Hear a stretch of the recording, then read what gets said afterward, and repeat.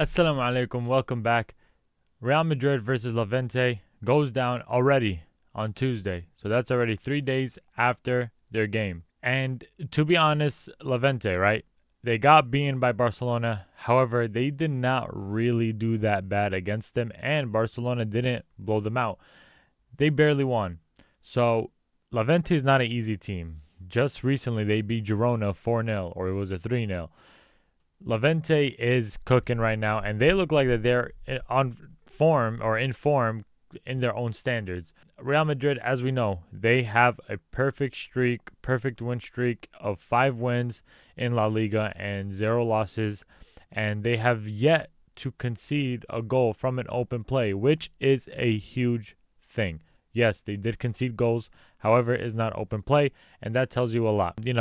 If you guys do keep up with Real Madrid and if you guys have seen their matches recently, you guys would see that Real Madrid have gotten lucky with maybe the players missing these good shots, Courtois making brilliant saves, the defenders making brilliant saves. So it all comes down to how the game was played by the players, by the goalie, or even by the tactics. As we do know, Xabi Alonso's Real Madrid players have been informed, like Kylian Mbappe.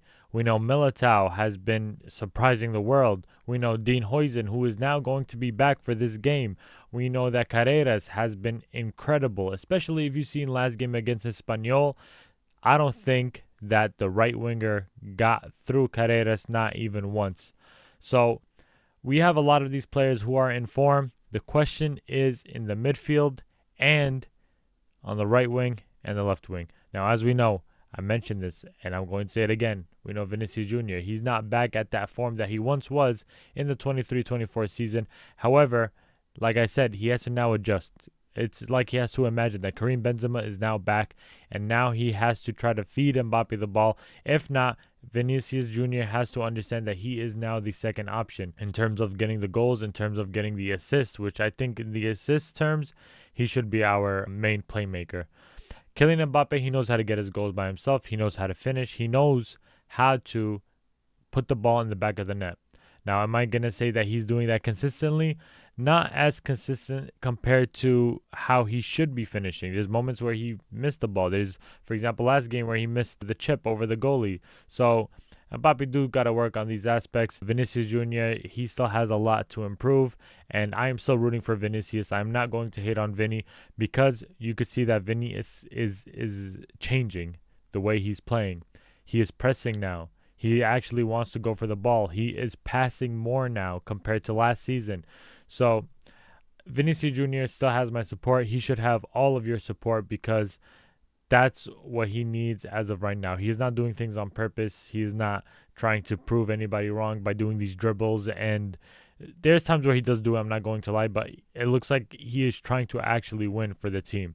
So, Vinícius, I stand with you. Even though I'm a nobody, I do stand with you and I do support you. And I hope you go back into your form. And one day, and I pray one day, that you do win your Ballon d'Or. Now, speaking about what's different about Real Madrid approaching this game, last game we had Camavinga and we have Bellingham, who got a couple of minutes playing.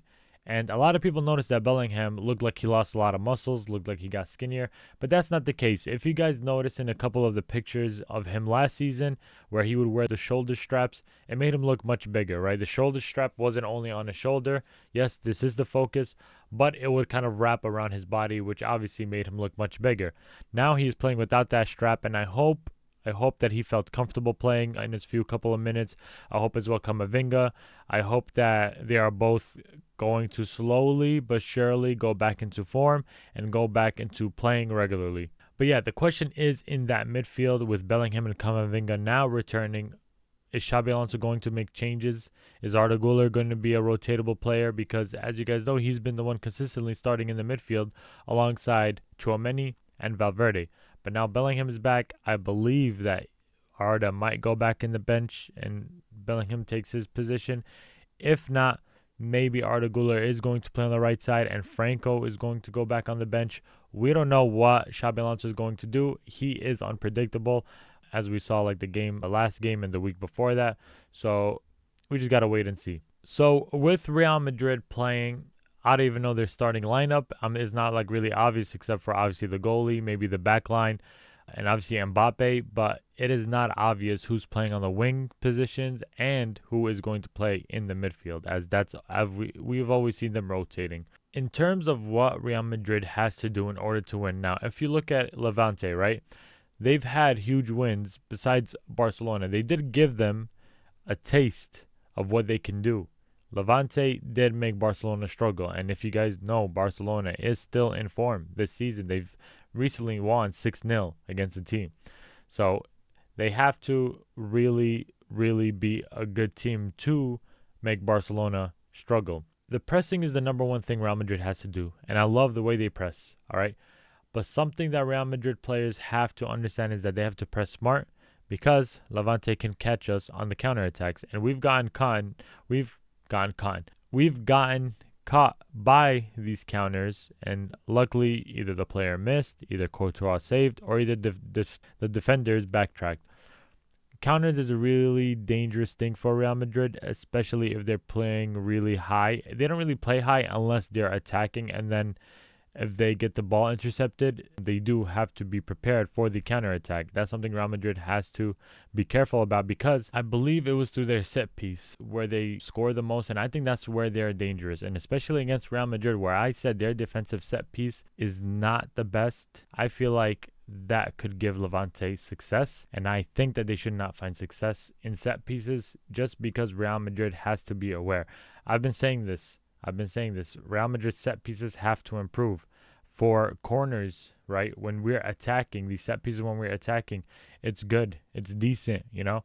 But when we're defending, the ball, most of the time, if you look at last game, the ball most of the time would land in the box. So we have to defend those because we can't just give away goals like that. Yes, it's not an open play goal, but still, you have to defend. You have to know the positioning. You have to know how to mark. And I am not a professional. However, if I'm realizing this, I do think, and it should be obvious, that the professional managers, the professional players, the professional tactic coaches, they should know this. So yeah, like always, Real Madrid have to press early, right? They have to press early, find early success. They could slow down at times, but it's important to start it early, wear down the players. They have a lot of veteran players. When I did search about them, they have to play wide, if I'm being honest.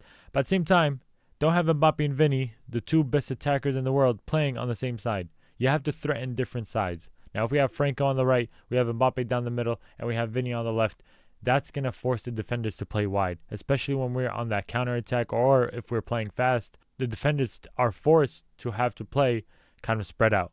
So it's very important to do that. There's a bunch of times where Vini and Mbappe kind of mess up a counterattack, and that has to stop. We really do have to perfect the counterattack, because under Vini and under Mbappe, they're unstoppable. Nobody's going to stop them. Now, the midfield is also a question that every Real Madrid fan has questioned. Arda, if Bellingham plays, Tchouaméni, Valverde, they have to control that midfield. They did very well last game. However, it has to be consistent. They have to control the midfield. They cannot panic, right?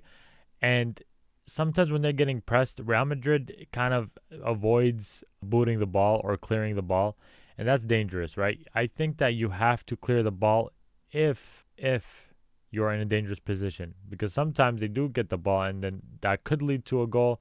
However, we do good winning the ball back, so we just got to be careful about that. Now, when it comes to set pieces, like I said, Real Madrid has to do good defending and marking players. They cannot just kind of say, oh, the ball's going past me, so maybe somebody's going to get it.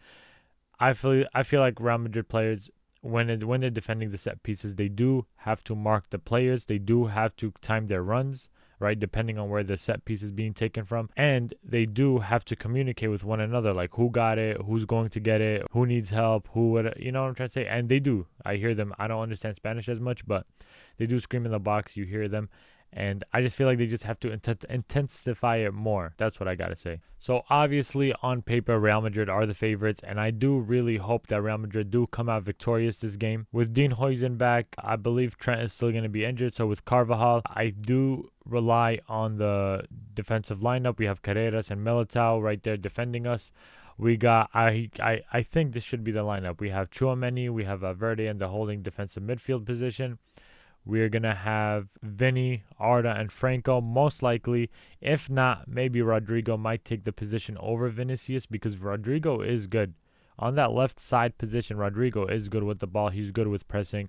Even though he hasn't been on the score sheet as much, he is still effective. So you have to watch the full game to know that Rodrigo did play good.